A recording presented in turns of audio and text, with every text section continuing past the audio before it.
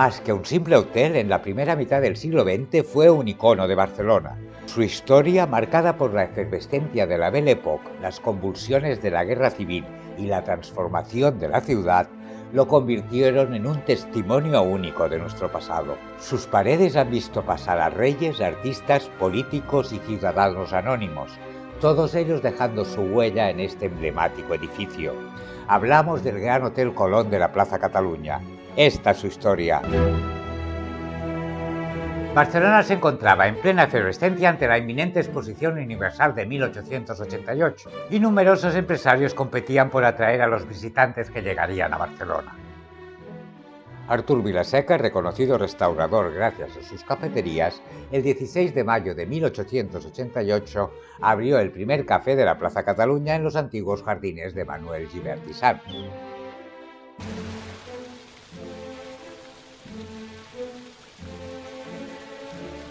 Nos referimos al emblemático Gran Café del siglo XIX, popularmente conocido como La Pajarera.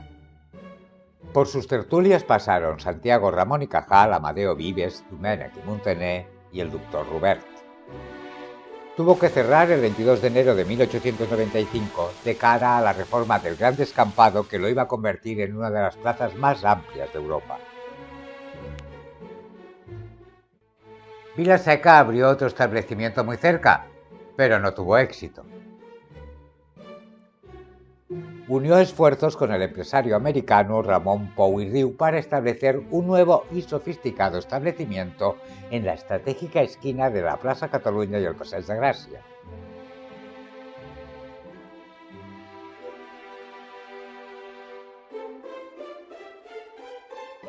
El encargado de diseñarlo fue el arquitecto Francesc Rogent, hijo del reputado Elie Rogent. Concibió un edificio de estilo modernista con un gran salón donde cabían más de 100 mesas. En medio había un pequeño escenario. Una enorme ventana de cristal dejaba pasar la luz.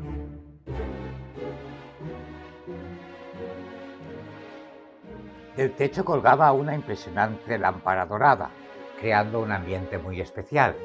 Era el rincón perfecto para reunirse con amigos, tomar un café y disfrutar de una tertulia.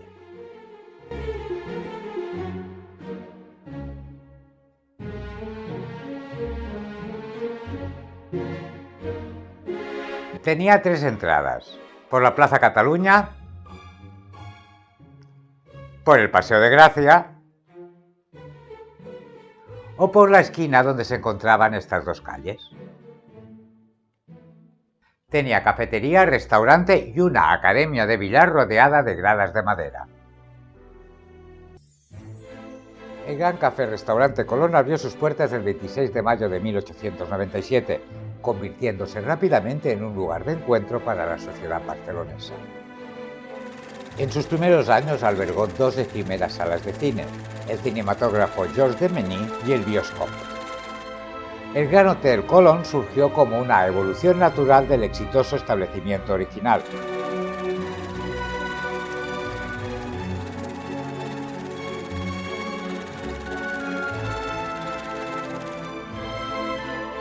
La transformación fue confiada al renombrado arquitecto Andreu Audet, que fusionó los estilos modernista y art déco en la renovación del hotel.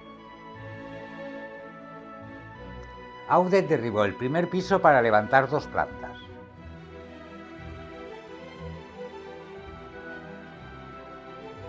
La academia de billar se convirtió en restaurante.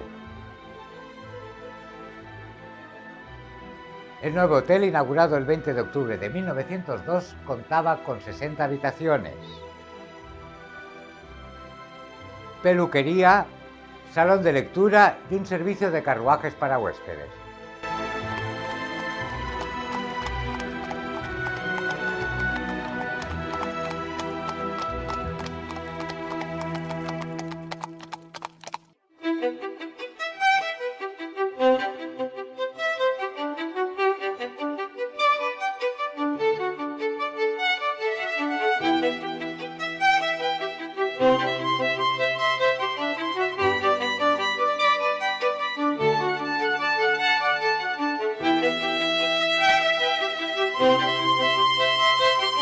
Era mucho más grande y espectacular que los otros grandes hoteles de la ciudad, el Cuatro Naciones, el Continental, el Hotel Falcón, el Oriente, el Inglaterra o el España.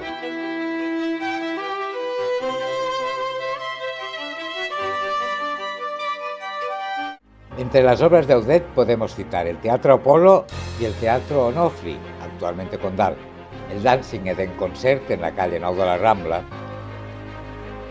y el impresionante Casino de la Rabassada en el Tibidabo.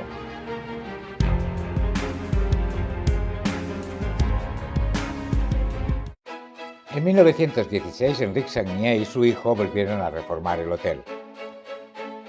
Ramón Pou quedó como propietario único, ya que Vilaseca no pudo sufragar las costosas obras. El resultado fue un imponente edificio modernista de 7 plantas con 200 habitaciones. El nuevo hotel conservaba la esencia de su predecesor, manteniendo los amplios ventanales del café en la planta baja, que ahora se integraban en una fachada de 3 pisos. La esquina con Passeig de Gràcia se coronaba con una vistosa cúpula. Se reinauguró en 1918.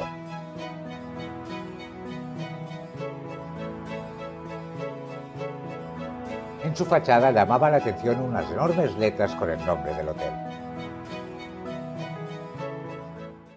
Cuentan que a los barceloneses de la época les causaba admiración el portero del hotel, un enorme ruso llamado Vladimir que lucía el uniforme como nadie.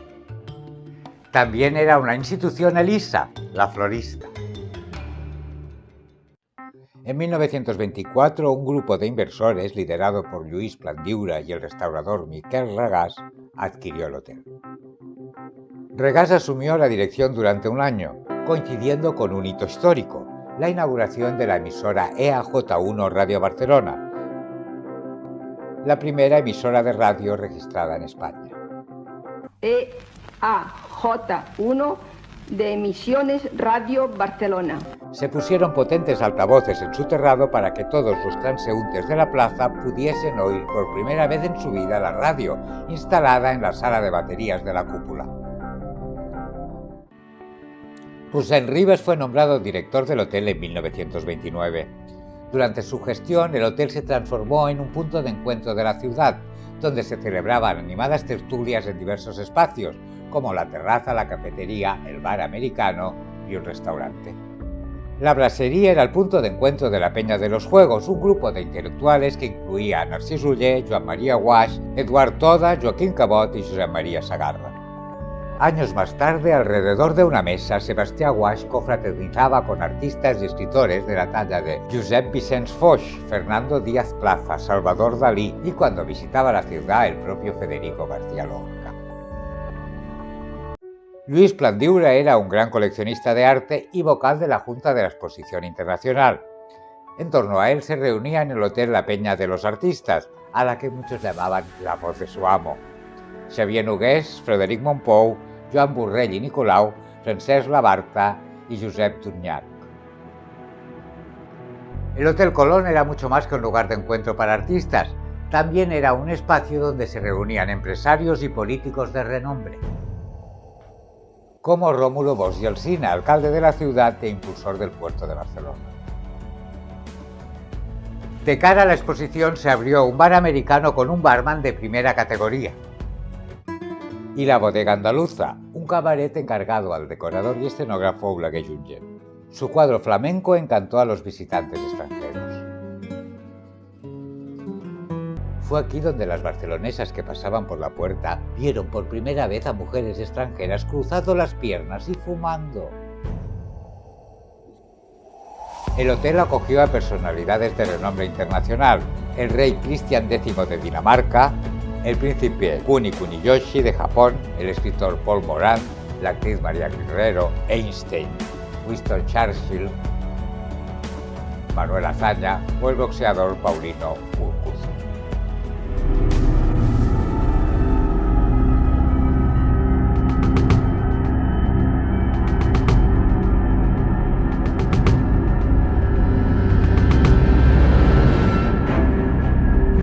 El 19 de julio de 1936, el hotel se convirtió en el escenario de los dramáticos acontecimientos que marcaron el inicio de la Guerra Civil en Barcelona. Inicialmente, un grupo de militares sublevados se atrincheró en el edificio intentando apoyar el golpe de Estado. Su ocupación fue un visto y no visto, ya que las fuerzas leales a la República lograron recuperar rápidamente el control del hotel, arrestando a los insurrectos. Confiscado durante la guerra, el hotel experimentó una transformación radical. Se convirtió en la sede central del Comité Ejecutivo de las Juventudes Socialistas Unificadas.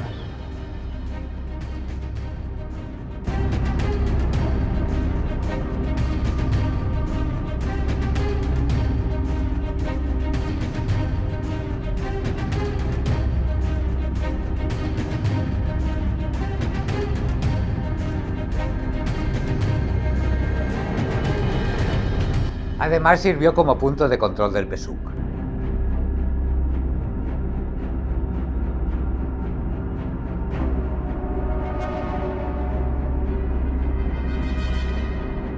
Con sus característicos retratos de Lenin y Stalin presidiendo la fachada y proclamando su ideología al mundo.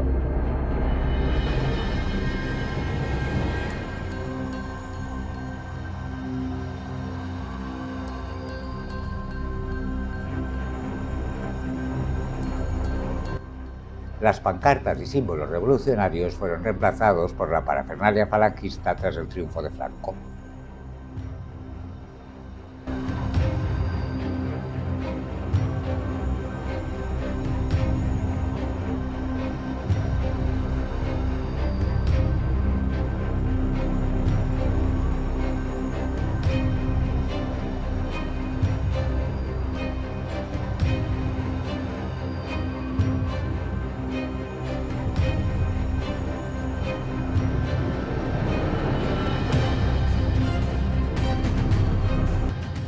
Durante la contienda, el edificio había sufrido daños considerables. Además, su fuerte asociación con el bando republicano lo convirtió en un símbolo incómodo para el nuevo régimen. Aunque Eusebi Bona i Puig planteó un proyecto de reforma, acabó derruido.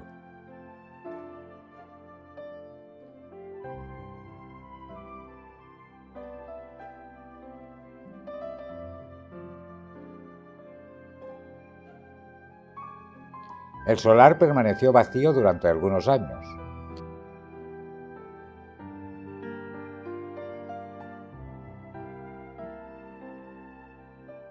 En la década de 1940 se construyó un nuevo edificio de estilo clasicista para el Banco Español de Crédito.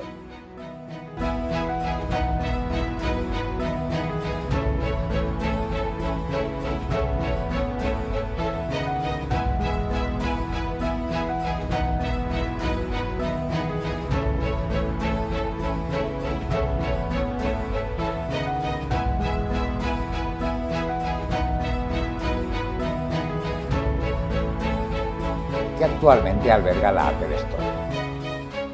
Si te ha gustado esta historia, te sugerimos los siguientes vídeos.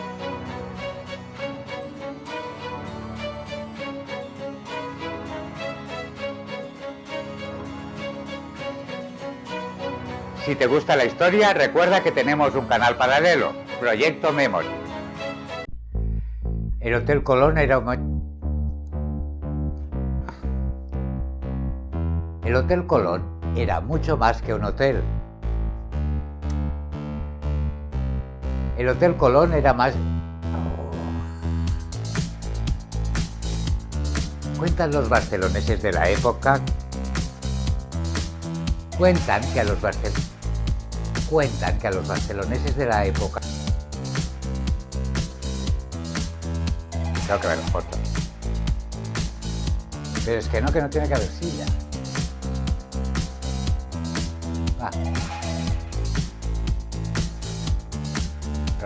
Aquí ya está.